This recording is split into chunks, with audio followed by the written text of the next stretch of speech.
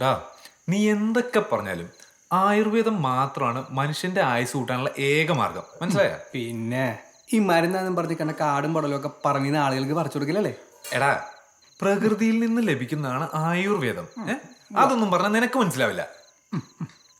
അമ്മേ, എനിക്കൊരു കാപ്പി എടുത്തോ. കാപ്പിയോ? കാപ്പി എടുക്കാനുള്ള പഞ്ചാര ഇവിടെ ഇല്ല. ഓ, പഞ്ചാര ഇല്ലെങ്കിൽ എന്താ അമ്മേ?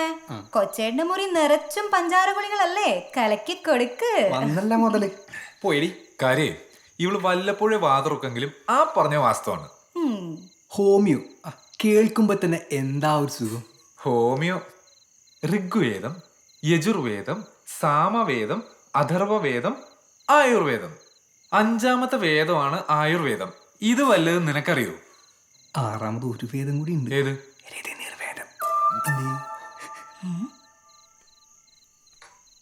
എന്തേട്ടാ പറഞ്ഞേ? അത് നിനക്ക് കേൾക്കാനുള്ളതല്ല. എന്തായിരുന്നു തർക്കം? അടുത്തതെത്തി. തർക്കമൊക്കെ കഴിഞ്ഞെങ്കിൽ 2 ഭിഷകന്മാരും കൂടി ഇതിനൊരു ചികിത്സ ഇങ്ങോട്ട് പറഞ്ഞതാ. എന്താ അച്ഛാ? 2 പേരെയും പഠിപ്പിക്കാൻ വേണ്ടി എടുത്ത ലോണിന്റെ കുടിശ്ശിക പേപ്പറാ. ഇത് ആദ്യത്തെ അല്ല, പലതവണയായി വരുന്നു. 2 ആളും നന്നായി ആലോചിച്ച് ഇതിനൊരു തീരുമാനം ഉണ്ടാക്കിത്താ. എന്നെ കൊണ്ട് ഇനി വയ്യേ. അമ്മേ, പഞ്ചാരയിൽ എനിക്ക് കുഴപ്പമില്ല. നേരത്തെ പറഞ്ഞ കാപ്പിങ്ങിന്റെ അടുത്തേ. അച്ഛാ, ഒന്ന് മാറിയുന്നേ. അവിടെ നേട്ടനായിട്ട് വിശ്വതായിട്ട് സംസാരിച്ചു. എന്താ അവനെന്ത് പണിയാണല്ലേ കാണിച്ചേ അല്ലേ? എന്നാ പിന്നെ ഇനി അച്ഛനൊരു കാപ്പി കുടിക്ക്.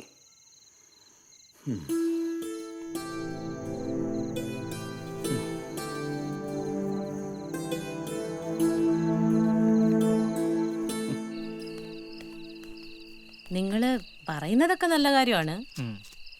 ഓരോ വീട്ടിലും ഓരോ ഔഷധത്തോട്ടം. കൊള്ളാം. വരും തലമുറയ്ക്കും കൂടി ഉപകാരപ്രദമായ ഒരു ആശയമാണത്. പക്ഷേ അത് ഭംഗിയായി നടത്താൻ കഴിയണം. അപ്പൊ അതൊരു നേട്ടമാണ്. പ്രസിഡന്റിന്റെ പെർമിഷൻ മാത്രം മതി. ഭംഗിയായി നടത്തുന്ന കാര്യം ഞങ്ങളേറ്റു. തീർച്ചയായും പഞ്ചായത്തിന്റെ എല്ലാ പിന്തുണയും നിങ്ങൾക്ക് ഉണ്ടാവും. പിന്നെ പ്രതിപക്ഷം പോലും എതിർക്കാത്തൊരു പദ്ധതിയായി മാറണം അത്. ശരി മാഡം. എന്നാ ഞങ്ങൾ ഉണ്ടാവും. അപ്പോ ഞങ്ങൾ ഇറങ്ങട്ടെ. ഇനി ഒരുപാട് കാര്യങ്ങൾ ചെയ്യാൻ. പ്രസിഡന്റ് കൂടെ ഉണ്ടല്ലോ, ഇനി ഉഷാറാവും.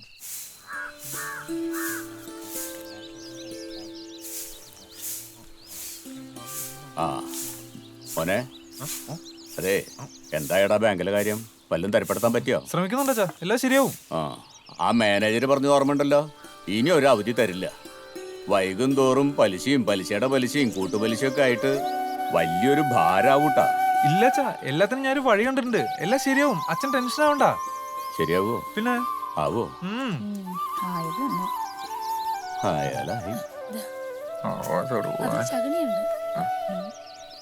വല്ലതും നടക്കോ? നീ പോടി, നീ നോക്കിക്കോ, ഞാൻ നടത്തും. നടത്തി കണ്ടാ മതിയായിരുന്നു. 5, 10, 15, 20, 25, 26, 27, 28, 29, മൊത്തം 2900 രൂപ. 1, 2, 3, 4 400 രൂപയുണ്ട്. ഇതടക്കം 1600 രൂപ. ഓർമ്മയുണ്ടല്ലോ? മുതലാളി, വല്ലപ്പോഴെങ്കിലും വീട്ടിൽ കുറച്ച് അരിയും സാധനങ്ങളൊക്കെ മേടിച്ചു കൊടുത്തില്ലെങ്കിൽ അവിടുന്ന് ഭക്ഷണം കഴിക്കാൻ തോന്നൂല. അതെ, അങ്ങോട്ട് വല്ലതും തരണമെങ്കിൽ അതിനുള്ള ഇങ്ങോട്ടും കിട്ടണം.